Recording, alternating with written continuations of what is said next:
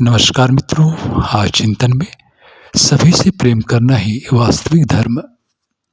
जो यह समझ गया कि मेरे भीतर उस सदा रहने वाली शांति का वास है जिसे मैं बाहर ढूंढा करता हूँ तथा जीवन अपनी नैसर्गिक पूर्णता की अभिव्यक्ति है, वह यह भी समझ जाता है कि जिस लक्ष्य केंद्र से मनुष्य को अधिसंचालित होना चाहिए वह और कुछ नहीं वरन उसका अंतर से ही है।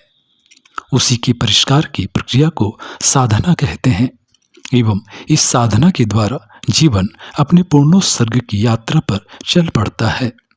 जब ऐसा होता है तो मनुष्य के भीतर की प्रतिभा जागृत होकर उसे दैवी दिशा निर्देश प्रदान करती है एवं तब वह हर प्रकार के व्याधि विकार से मुक्त होकर स्वच्छंद गति को प्राप्त करता है। हमारे भीतर की यह सशक्त प्रणाली ही अपने पद की कठिनाई के मध्य हमें एकनिष्ठ बनाए रखने में सहायक होती है। आत्मा वह दिव्य अवलंबन है जो प्रत्यक्ष नेत्रों से देखी नहीं जा सकती, न ही उसका कुछ विशेष स्वरूप है। वह तो जागृत अंतःकरण द्वारा ही समझी जाती है एवं उसका क्रियाकलाप इस जीवन की सुख शांति एवं पूर्ण उत्कर्ष के रूप में ही देखा जाता है। इसके लिए हमें स्वयं को सुगठित करना आना चाहिए। हमें यह बोध होना चाहिए कि जिस शक्ति स्रोत से हम प्रेरित हैं वह और कुछ नहीं वरन हमारे दिव्य संभावना का नाम है। जिस दिन मनुष्य यह सीख जाएगा कि उसका अस्तित्व किसी महान अवलंबन पर आधारित है तथा वह व्यर्थ के विषयों में इसलिए उलझता है क्योंकि उसकी आत्मा पूर्ण रूप से जागृत नहीं, तभी एक क्रांति घटित होती है और वह यह कि उसके भीतर की दिव्यता एवं संपूर्ण गुण कौशल मुखरित हो उड़ते हैं। तब वह असहाय प्राणी न रहकर एक देवात्मा में परिणत हो जाता है। यही उसकी नियति है और जो कुछ भी उसे इससे वंचित करता है वह त्याज्य है।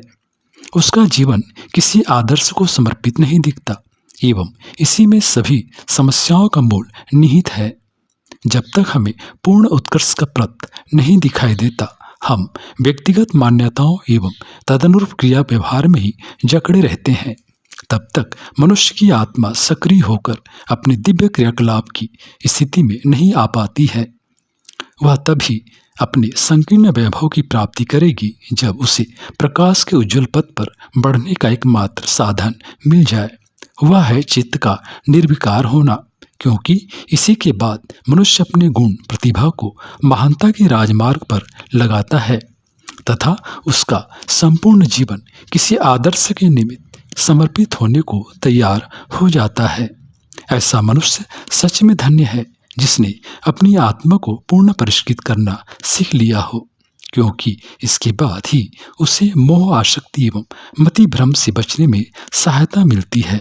उसका अंतःकरण सदैव दिव्य भावना से ओतप्रोत रहता है तथा उसका प्रत्येक क्रियाकलाप विषयों से इतर आत्मा का संगी होता है।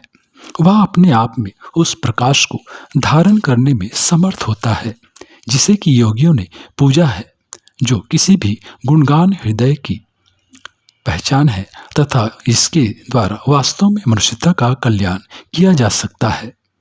हमें उस आत्मा पर निर्भर रहना चाहिए जो कि महान उत्कर्ष की प्रार्थी है। उसके समतुल्य कुछ भी नहीं। जो उसे समझ गया वह कभी भी भीतरी संपदा को बाह्य विषयों से हस्तांतरित नहीं कर सकता है। यही उसकी प्रतिभा है। इसके बाद तो संसार मात्र क्रीड़ा भूमि या कहें अपने अंतस्थ में विराजित सत्ता का प्रकटीकरण भर रह जाता है। इसे ही जीवन का प्रकाश पथ कहेंगे। जो मनुष्य इसके योग्य स्वयं को बना लेते हैं वे धन्य हैं, क्योंकि इससे बढ़कर कोई उपहार नहीं।